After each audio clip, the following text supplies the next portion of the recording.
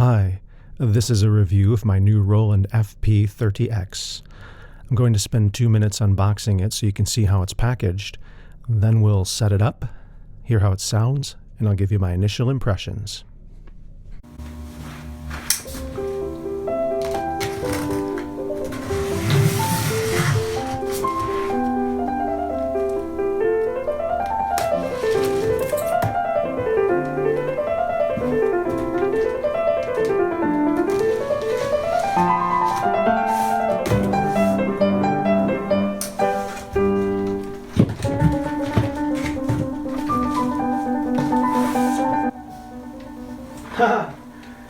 It says, please don't open this side.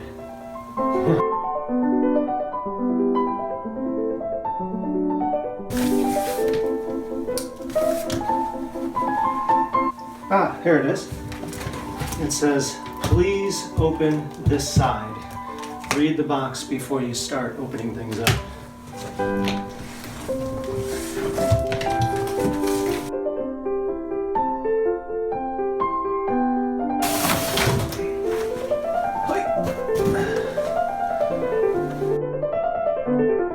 Manual, music rest, and pedal, power cord.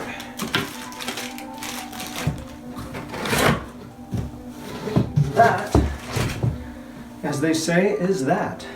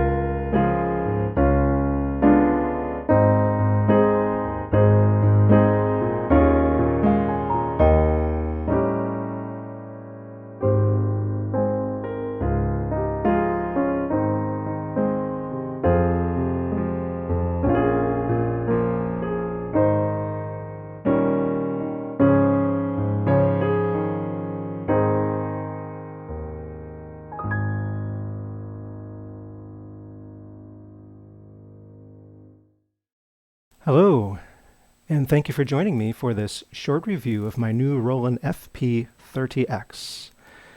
It's been a few weeks since I've unboxed this piano, and I've gotten a chance to settle in with it a little bit, and I just wanted to highlight a few characteristics that I think are unique with it. I needed a piano to use here at my office at work, and I just had a few basic requirements, and this Roland fit all the necessary requirements that I had. It's one of Roland's entry-level keyboards with 88 weighted graded hammer action keys that are triple censored, and it has a USB audio interface. And you are hearing what Roland refers to as their concert grand. It's an internal sound, and it's going right through the USB interface into my computer. And that's what I like about it. It's very easy to connect to my computer, to play, to record, or I can hit a little button here and a key command and turn off the entire internal sound engine and then just stream my virtual piano libraries right through this instrument, which is nice. I needed something that was inexpensive that I can play here, because I'm not going to play it very much, but I'll be playing it occasionally at my office, and this came in just under $700. And so far I've been very pleased with it. A few notable things about this piano. Number one, the action is a little bit heavier than what I'm used to.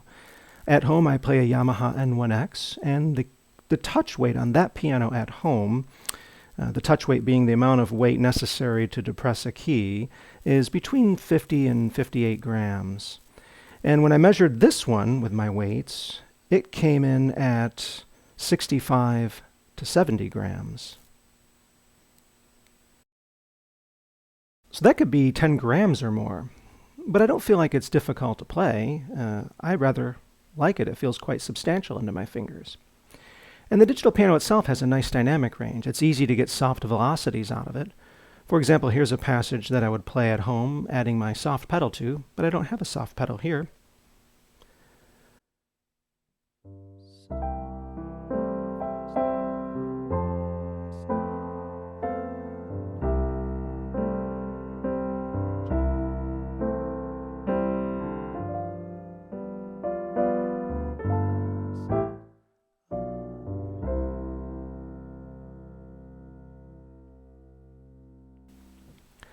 And it has a nice dynamic range. I feel like, though, it can get a little bit boomy in the bass when you get to the higher velocities. For example, here's the same song, different passage.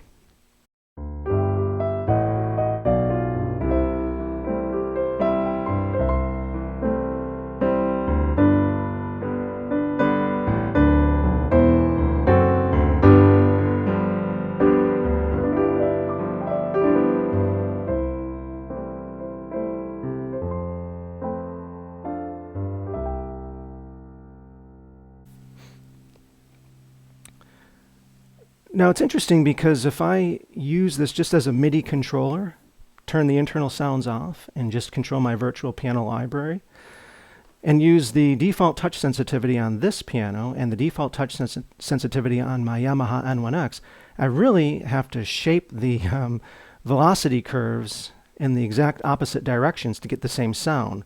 For example, here's the velocity curve for my N1X. You can see I have to attenuate the volume a little bit to get the sound I want.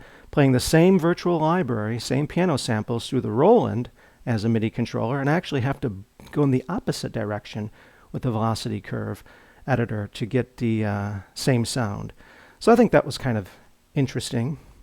And speaking of virtual libraries, probably, and playing them through this instrument, probably the only criticism I have of this instrument is that the speaker system's a little bit weak on it. And I guess that's what you would expect at this price point.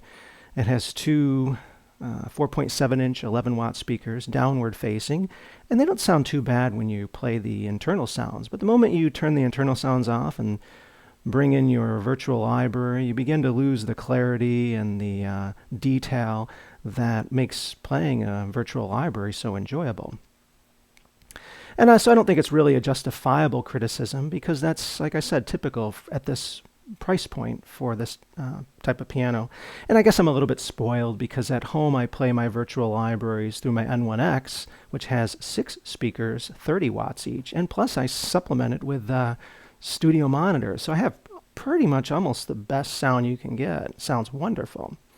So, then I come here to work and I play these little, my libraries through these little speakers. It just doesn't sound so great. But there's 2 solutions to that. Number one, you can play with headphones, and then you'll get all that detail clarity. And Roland FP-30X has 2 headphone jacks here in the front, both 1/4-inch and 1/8-inch.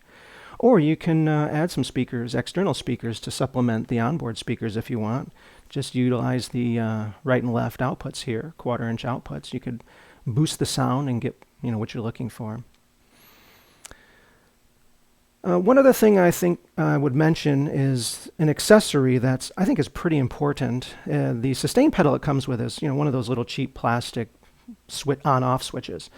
But I opted for this nice Roland accessory. This is what they call their DP10 foot pedal here, sustain pedal. And it's really one of the nicest ones I've ever seen.